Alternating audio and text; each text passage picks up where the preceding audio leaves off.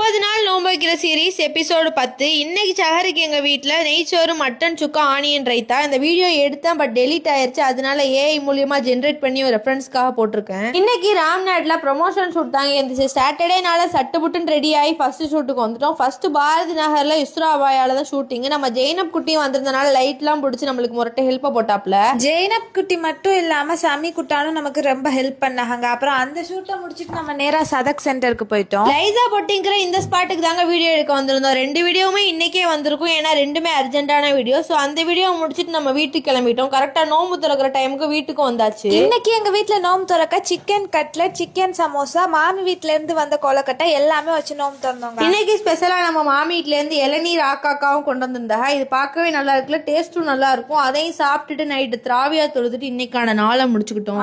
பாய் பாய்.